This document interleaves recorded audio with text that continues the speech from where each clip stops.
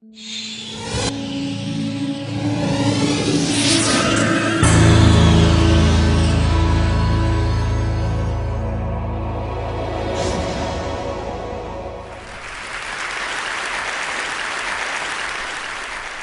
am a conductor, and I'm here today to talk to you about trust. My job depends upon it. There has to be between me and the orchestra an unshakable bond of trust, born out of mutual respect, through which we can spin a musical narrative that we all believe in. Now, in the old days, conducting, music making was less about trust and more, frankly, about coercion. Up to and around about the Second World War, conductors were invariably dictators, these tyrannical figures who would rehearse not just the orchestra as a whole, but individuals within it, within an inch of their lives. Well, I'm happy to say now that the world's moved on, music's moved on with it. We now have a more democratic view and way of making music, a two-way street. I, as the conductor, have to come to the rehearsal with a cast-iron sense of the outer architecture of that music, within which there is then immense personal freedom for the members of the orchestra to shine. For myself, of course, I have to completely trust my body language. That's all I have at the point of sale. It's silent gesture. I can hardly bark out instructions while we're playing.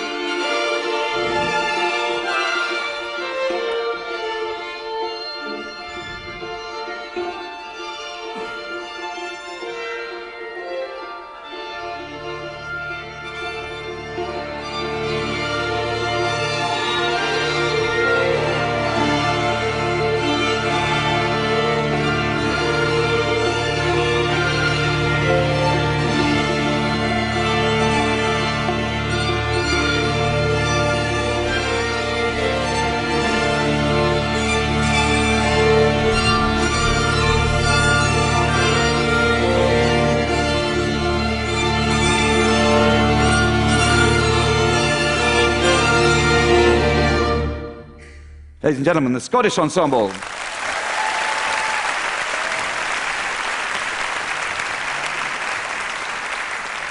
So, in order for all this to work, obviously I have got to be in a position of trust. I have to trust the orchestra, and even more crucially, I have to trust myself. Think about it, when you're in a position of not trusting, what do? You overcompensate, and in my game that means you over-gesticulate. You end up like some kind of rabid windmill. And the bigger your gesture gets, the more ill-defined, blurry, and frankly useless it is to the orchestra. You become a figure of fun. There's no trust anymore, only ridicule. And I remember at the beginning of my career, again and again, these dismal outings with orchestras. I would be going completely insane on the podium, trying to engender a small-scale crescendo, really, just a little upsurge in volume. Bugger me, they wouldn't give it to me. I spent a lot of time in those early years weeping silently in dressing rooms, and how futile seemed the words of advice to me from the great British veteran conductor Sir Colin Davis, who said, "Conducting, Charles, is like holding a small bird in your hand. If you hold it too tightly, you crush it. If you hold it too loosely, it flies away." I have to say, in those days, I couldn't really even find the bird. Now, a fundamental and really viscerally important experience for me in terms of music has been my adventures in South Africa, the most dizzyingly musical country on the planet, in my view, but a country which, through its musical culture, has taught me one fundamental lesson, that through music making can come deep levels of fundamental, life-giving trust.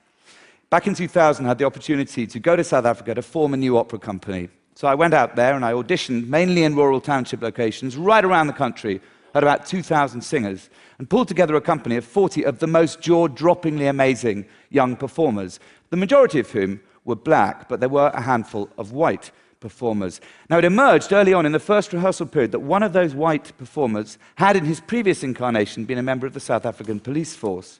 And in the last years of the old regime, he would routinely be detailed to go into the township to aggress the community.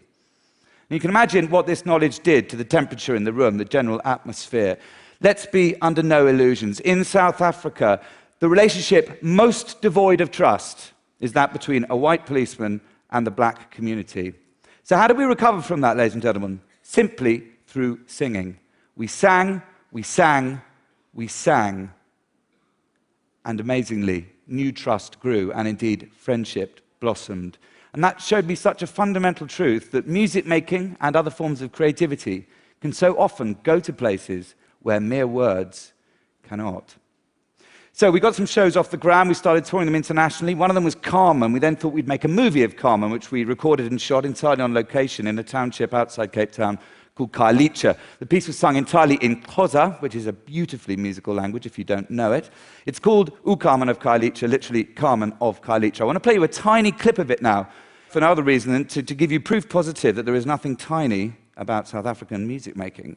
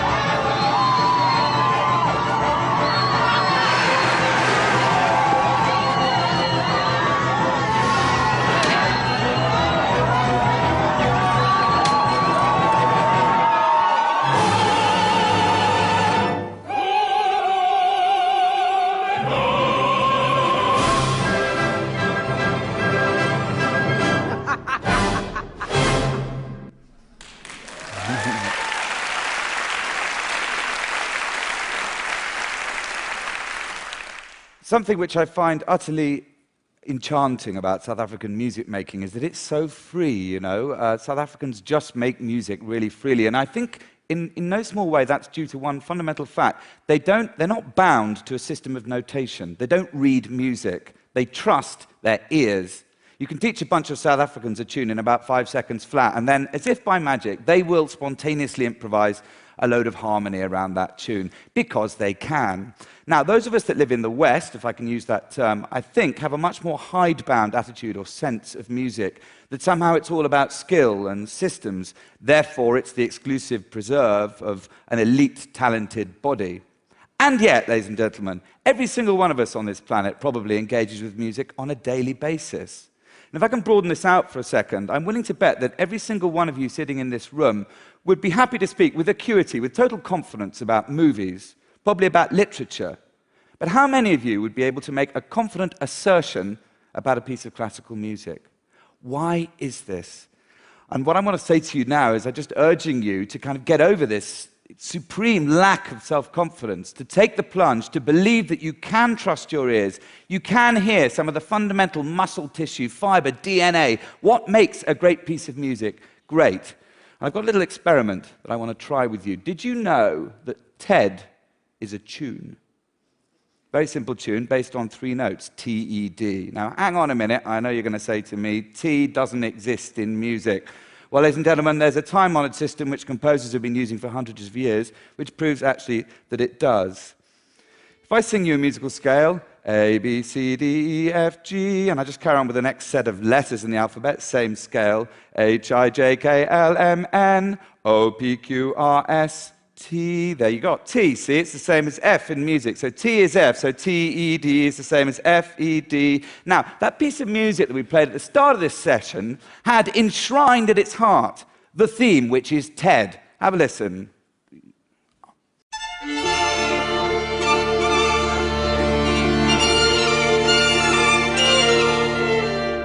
Do you hear it? Or do I smell some doubt in the room?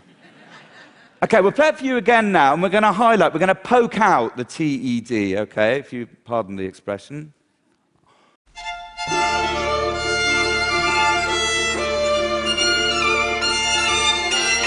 Oh, my goodness me, there it was, loud and clear, surely. I think we should make this even more explicit, ladies and gentlemen. It's nearly time for tea. What do you reckon? You need to sing for your tea, I think. I think we need to sing for our tea. We're going to sing those three wonderful notes, T, E, D. Would you have a go for me? T. Yeah, you sound a bit more like cows, really, than human beings. Should we try that one again? And look, if you're adventurous, you go up the octave. T, E, D. T. Once more, with vim. There I am like a bloody windmill again, you see. Now, we're going to put that in the context of the music. Okay, the music will start, and then at a signal from me, you will sing that.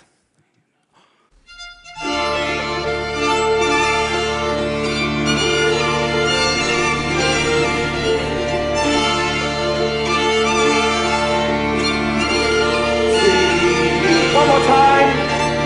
With feeling, ladies and gentlemen. You won't get your tea otherwise. Well done, ladies and gentlemen. I think it wasn't a bad debut for the TED choir. Not a bad debut at all. Now, there's a project that I'm initiating at the moment that I'm very excited about and I wanted to share with you because it is all about changing perceptions and indeed building a new level of trust.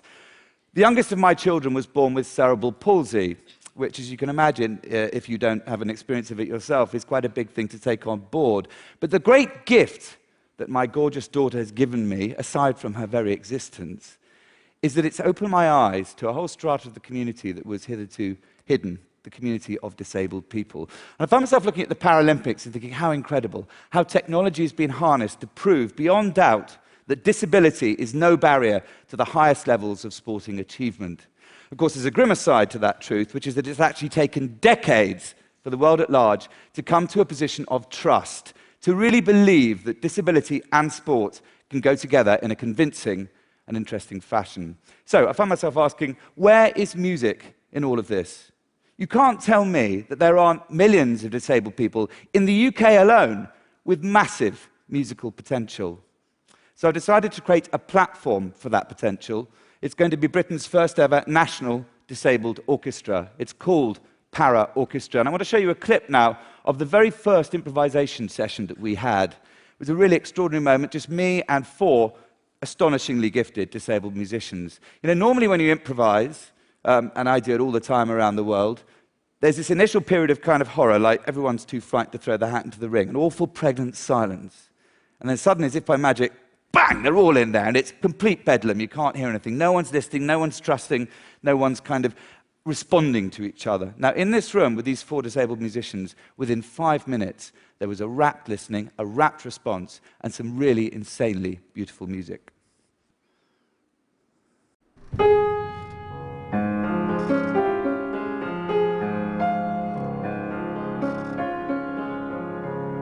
My name's Nicholas McCarthy, I'm 22 and I'm a left-handed pianist and I was born without my left hand. Right hand. Can I do that one again?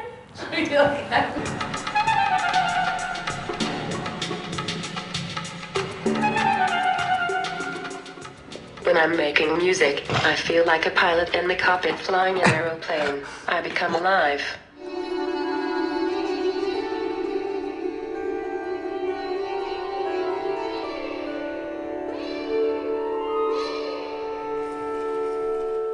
I would rather be able to play an instrument again than walk. There's so much joy and things I could get from playing an instrument and performing. Yeah, it's removed some of the paralysis.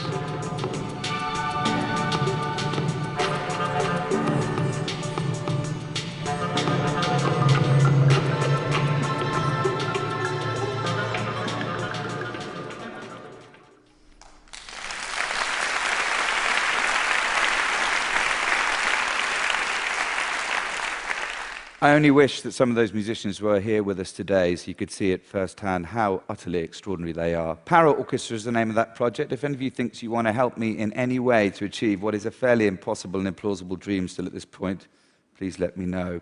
Now, my parting shot comes courtesy of the great Joseph Haydn.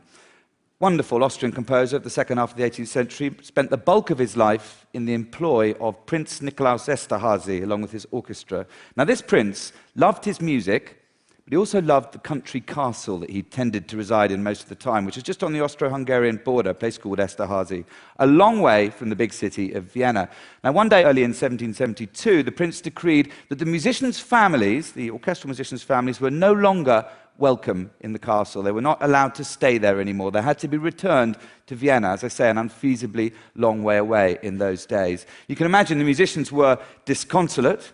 Haydn remonstrated with the prince, but to no avail. So, given the prince loved his music, Haydn thought he'd write a symphony to make the point. And we're going to play just the very tail end of this symphony now, and you'll see the orchestra in a kind of sullen revolt.